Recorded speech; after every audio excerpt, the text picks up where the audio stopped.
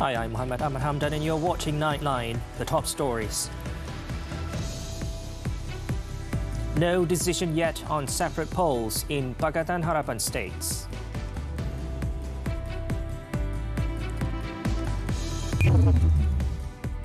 And MACC launches GE15 operations room to monitor corruption, abuse of power.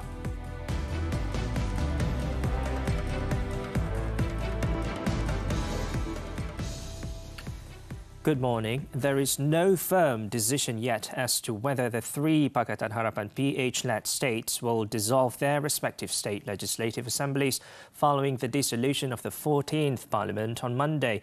Its chairman, Datuk Seri Anwar Ibrahim, said although the three states were still tied to an earlier decision by the PH Presidential Council not to dissolve the state assemblies, they have been told to hold detailed discussions with their component party leadership to find common ground on the matter.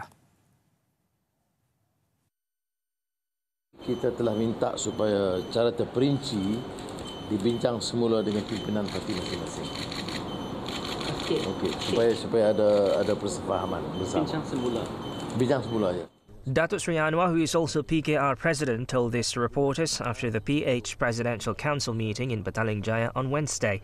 The PH Presidential Council had prior to this decided that the three states it governs, namely Selangor, Negeri Sembilan and Pulau Pinang, will not dissolve their respective state assemblies if the 15th general election GE15 was to be held this year. On Tuesday, DAP Secretary-General Anthony Loke Siu Fook said the request by Pulau Pinang DAP to review the decision not to dissolve the State Legislative Assembly will be discussed in Wednesday's PH Presidential Council meeting. The decision on whether the three PAS-led states would choose to dissolve their legislative assemblies would be announced on Thursday. Its Vice President Datuk Seri Ahmad Samsuri Mokhtar said the decision involving the Terengganu, Kelantan and Kedah state assemblies would be known after the PAS Central Committee meeting in Kuala Lumpur. Saya difahamkan perkara yang dibincangkan semalam akan dibawa ke mesyuarat jawatankuasa penuh PAS Pusat pada hari besok. Sebelah pagi besok. Datuk, saya boleh bagi hint sikit tak? Kita akan mengikut ke macam mana? Tak, mana boleh. Kan saya mendahului mesyuarat pula. Jadi biar mesyuarat besok lah. Lepas mesyuarat besok, saya percaya mesti ada kenyataan lah. He said this to reporters after chairing the 2022 Terengganu Administrative Officers Cooperative General Meeting at Wisma Darul Iman on Wednesday. On October 10th, Prime Minister Datuk Seri Ismail Sabri Yaakob announced the dissolution of Parliament to make way for the 15th General Election, GE15. During the announcement, he had also suggested that the heads of state governments, except for Sabah, Sarawak, Malacca and Johor, dissolve their respective legislative state assemblies to allow the elections to be held simultaneously. Now, the Perak State Legislative Assembly is yet to be dissolved as the Sultan of Perak, Sultan Nazrin Shah, is considering the matter. Menteri Besar Datuk Seri Saarani Muhammad confirmed that he had sought the ruler's consent to dissolve the State Assembly during an audience on Wednesday. Saya telah menyembah warkah permohonan pembubaran Dewan Undangan Negeri Perak ke-14 untuk pertimbangan Paduka Seri Sultan Perak selaras dengan Fasal 2 Perkara 36 bahagian pertama Undang-Undang Tubuh Negeri Perak Darul Ridwan. In a media conference at the Perak Darul Ridwan building following his audience with Sultan Nazrin Shah, Datuk Seri Saarani said the ruler has acknowledged the matter and will make a decision after due consideration.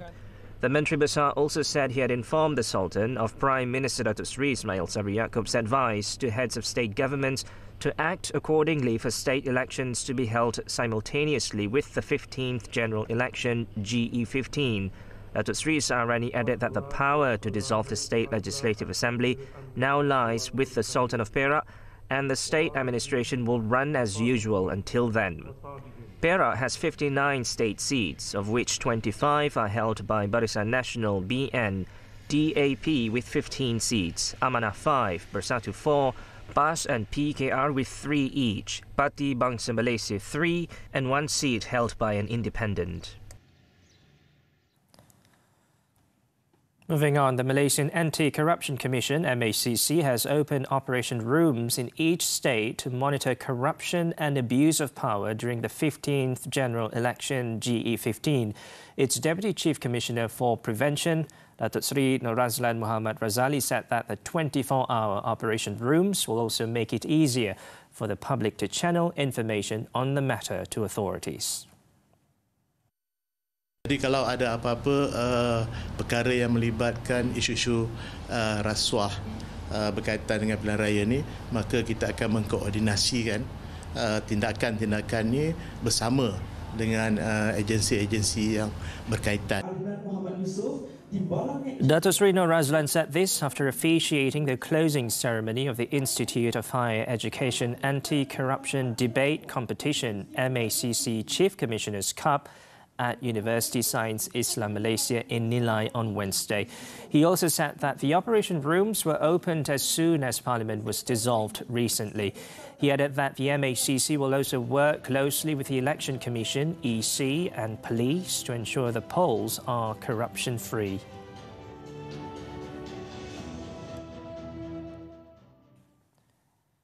Barisan Nasional BN Women's Wing has identified capable and winnable candidates to be fielded in the 15th General Election GE15. Wanita BN Chairman Datuk Sri Noraini Ahmad said the list of candidates had been submitted to the coalition's leadership for consideration. In a statement on Wednesday, she said that Wanita BN welcomed the commitment by the Coalition's Supreme Council to have at least 30% representation of women candidates in GE15. Datuk Sri Noraini also expressed her appreciation for the recognition and trust given to Wanita BN to participate in the country's political leadership. She believed that Wanita BN can contribute and be highly committed to serving the people and the country.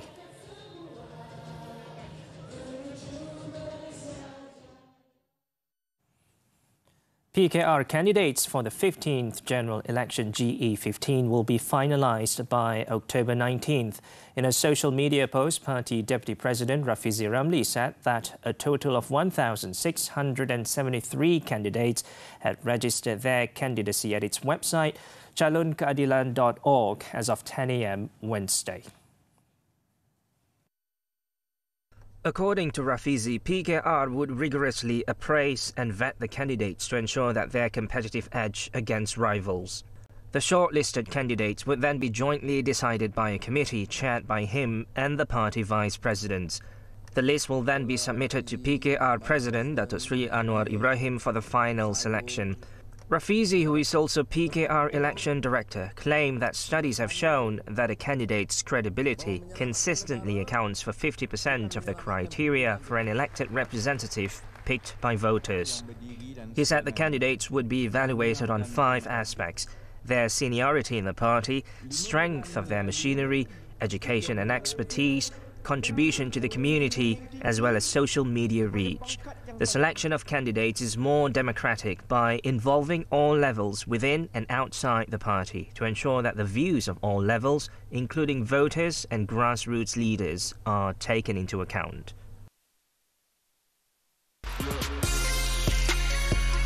12 pasukan berentak demi menjulang Piala Idaman. Kami bawakan kepada anda perlawanan tumpuan Liga Super 2022.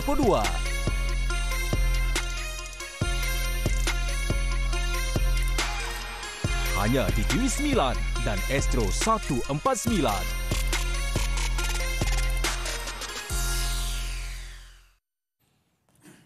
Health Minister Khairi Jamaluddin said he will continue supporting the Control of Tobacco Products and Smoking Bill 2022 and the Generational Endgame GEG policy, regardless of his position after the 15th General Election GE15. Describing the bill as an important agenda for Malaysians, Khairi said he had done his best for the bill right from its early stages up to when it was reviewed by a Parliamentary Special Select Committee, PSSC. Saya harap kerajaan yang baru yang akan dibentuk dan juga Menteri Kesihatan yang baru selepas pilihan raya tidak akan tunduk kepada syarikat-syarikat tembakau dan juga syarikat-syarikat yang terlibat dalam penjualan produk-produk merokok. Khairi told this to reporters after officiating at the opening of the Putrajaya Anti-Obesity Seminar and the launch of a weight management module program on Wednesday. He also said all parties need to accept the fact that Parliament after GE15 will be membered by new MPs, adding that they may not automatically agree with the decisions on the GEG policy adopted by the previous PSSC. The first and second readings of the bill were tabled on July 27th and August 1st, respectively, but on August 2nd, a motion to refer it to the PSSC was approved. Intended to reduce smoking among Malaysians, the bill, among other things, will prohibit the sale and use of any form of smoking material, including electronic cigarettes or vaping, to individuals born from January 1st, 2007. Meanwhile, the Health Ministry MOH, through the Nutrition Division, will implement a food calorie labelling pilot project in selected restaurants and cafeterias early next year to assess the feasibility of a menu labelling policy which could be made compulsory in Malaysia. Khairi said for a start, it will be introduced in restaurants in Putrajaya besides MOH cafeterias as well as fast food restaurant chains. Itu kita akan tengok dan kaji pelaksanaan. Sama ada pelaksanaan maklumat kalori ini membawa kepada perubahan tingkah laku. Ya? Contohnya pemilihan ataupun pilihan makanan yang lebih sihat ataupun kuantiti yang lebih kecil. Dan jika projek Greenpeace ini berjaya, mungkin projek ini boleh diperluaskan kepada restoran lain ataupun di seluruh negara. He also said currently the MOH is in the planning stage to identify cafeterias and restaurants that want to participate in the pilot project, which will be implemented for at least 6 months to a year. He added that the ministry will prepare the information on the calorie count so that the cafeteria and restaurant operators do not need to spend money on consultants to label their food menus. In another development, Khairi said that 344 products from 48 companies producing ready-to-drink sugary drinks have been reformulated to less sugar products. He pointed out that the action was taken by these companies to avoid paying tax or excise duty on sugary beverages. Dato Sri Muhammad Najib Tun Razak is still seeking the service of a King's Counsel, KC, to represent him in his appeal over the 12-year jail sentence and 210 million ringgit fine in the SRC International Sdn Bhd case. The former Prime Minister's lead counsel, Tan Sri Muhammad Shafi Abdullah, said they would reach for the KC Jonathan Laidlaw's assistance if Dato Sri Najib succeeded in his review application over the federal court's decision recently. Dato Sri Najib was convicted of all 7 charges of power abuse, criminal breach of trust and money laundering in relation to 42 million ringgit of SRC funds. The then High Court Judge Dato Muhammad Nazlan Muhammad Ghazali had sentenced him to 12 years jail and 210 million ringgit fine. Since then, Dato Sri Najib has lost in his bid to overturn the conviction and sentence at the Apex Court and also failed in his attempts to introduce fresh evidence as well as appoint the KC to represent him. He is now serving his sentence at the Kajang prison.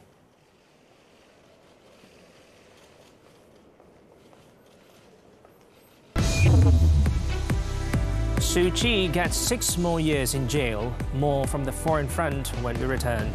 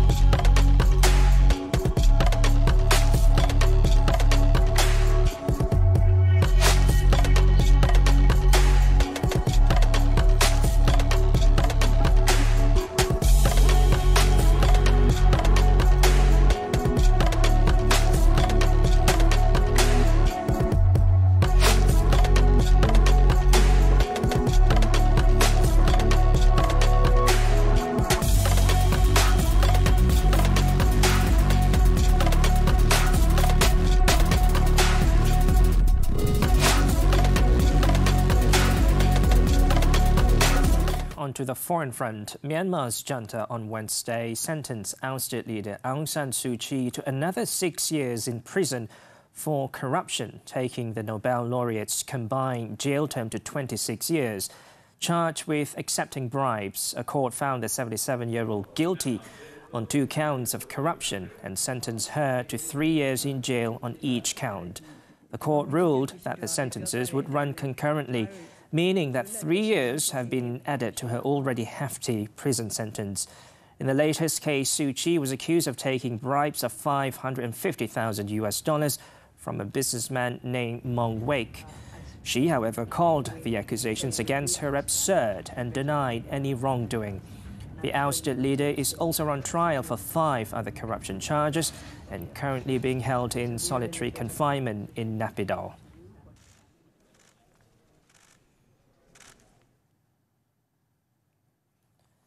Russia's Federal Security Service on Wednesday said that it had detained 5 Russians and 3 citizens of Ukraine and Armenia over the explosion that damaged the Crimea Bridge last Saturday. It also claimed that Kyiv was behind the attack, but a Ukrainian official described Russia's investigation as nonsense. Russian President Vladimir Putin called it an act of terrorism, saying Ukraine's quality forces had aimed to destruct a critically important portion of Russia's civilian infrastructure. The news came as explosions were reported in the Ukrainian cities of Kherson, Zaporizhia and Nikopol. In the meantime, Ukraine's military said its troops were continuing their advance in the region, capturing another 5 settlements.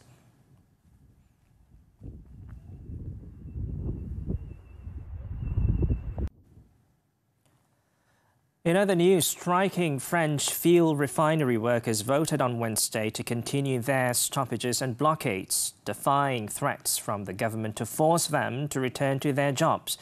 Their response came after the government said it would use mandatory powers to force some of them to go back to work. Unions had been pushing for pay increases for their workers, which they say should take account of the huge profits being made at the moment by the oil companies. Earlier, the government ministers have urged a negotiated resolution to the crisis, but have been threatening direct intervention to get supplies flowing again as frustration mounts. The industrial action to demand large pay rises has paralyzed 6 out of 7 fuel refineries in France, leading to nationwide shortages exacerbated by panic buying from drivers.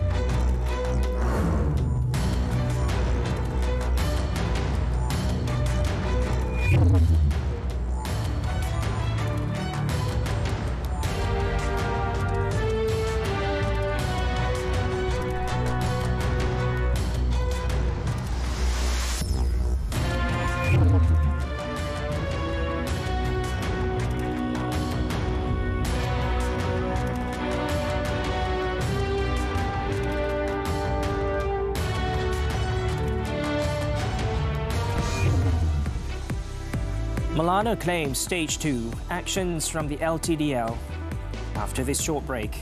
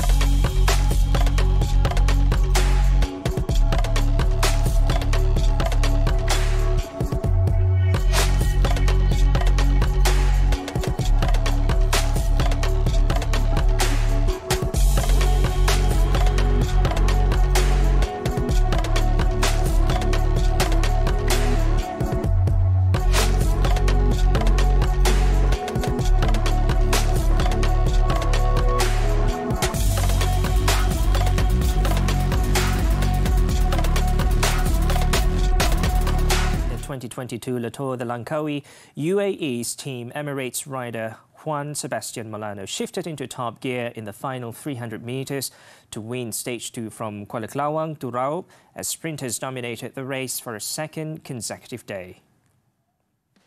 Molano wriggled his way out of a tightly packed group of sprinters in the final 300 metres to accelerate ahead of Australia's Craig Wiggins of the ARA Pro Racing Sunshine Coast team and Stage 1 winner Gleb Syriza from Astana, Kazakhstan.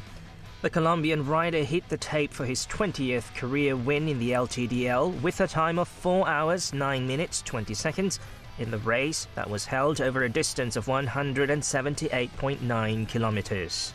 The yellow jersey as the overall leader remained with Syriza, who also claimed the green jersey, which is awarded to the Sprint King, while the white jersey that is awarded to the best Asian rider was clinched by Jambaljam Sainbaya from Terengganu Polygon Cycling Team TSG. Team TSG rider Muhammad Nuraiman Muhammad Zarif snatched the red jersey as King of the Mountain from his teammate Sainbaya after winning 2 climb zones, the first by a Malaysian rider in the history of the LTDL. The third stage of the LTDL will be a 123.7 kilometre race from Putrajaya to Genting Highlands Pahang, which is regarded as the most grueling stage of the tour, with 3 sprint zones at Semenyih, Ampang Jaya and Taman Melati, plus 4 climb zones at Tekali, Lookout Point Ampang, including Gotong Jaya and the Genting Highlands.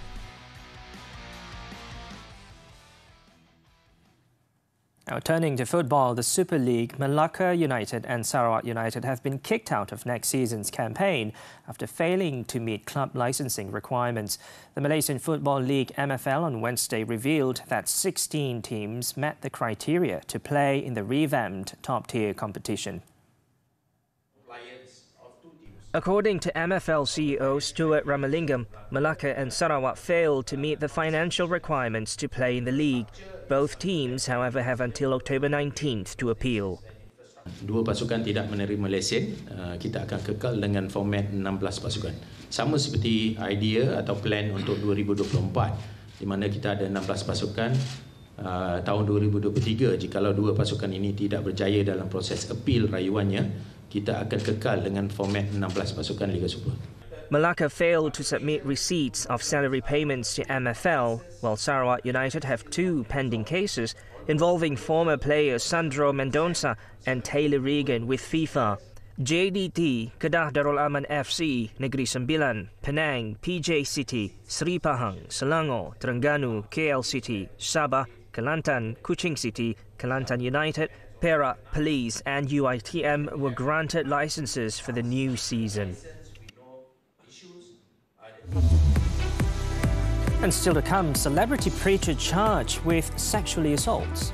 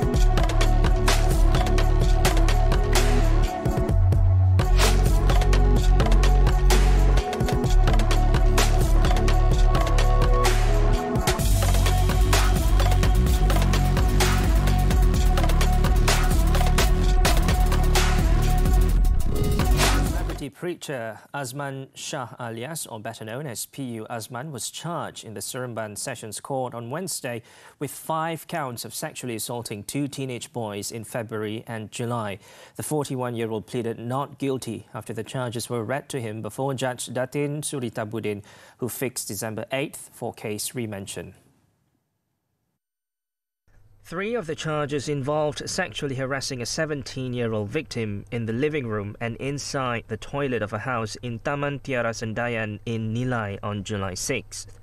He was also charged with committing the same act on another victim, aged 16 years old, in the same living room at the same time on July 6th and on February 5th. The charge under the Sexual Offences Against Children Act for physical sexual assault on a child provides a punishment of a maximum 20 years jail and whipping. The court set bail at 40,000 ringgit and ordered the accused not to approach the victims and prosecution witnesses until disposal of the case. And in Perak, police discovered a decomposed body of a woman while conducting an investigation into a road accident near a traffic light junction at Jalan Tambun Ipoh on Wednesday. State Police Chief Dr. Muhammad Yusri Hassan Basri said the woman's body was found in a bush by policemen who were deployed to the scene after receiving a call about an accident involving a car that had crashed near a drain.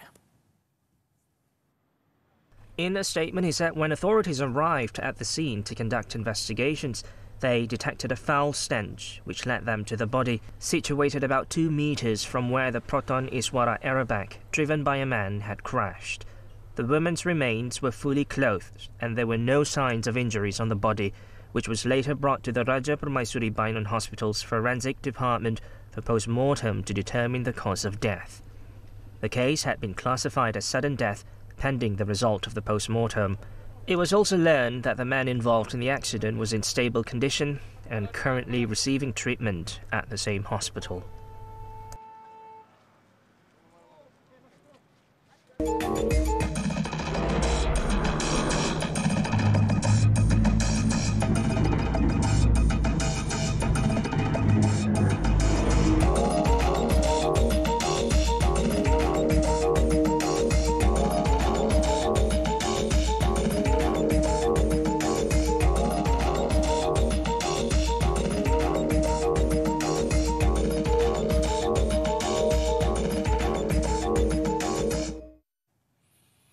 In Turkey, the life journey of Sezen Aksu, the queen of Turkish pop, have been revived in an extraordinary digital art exhibition.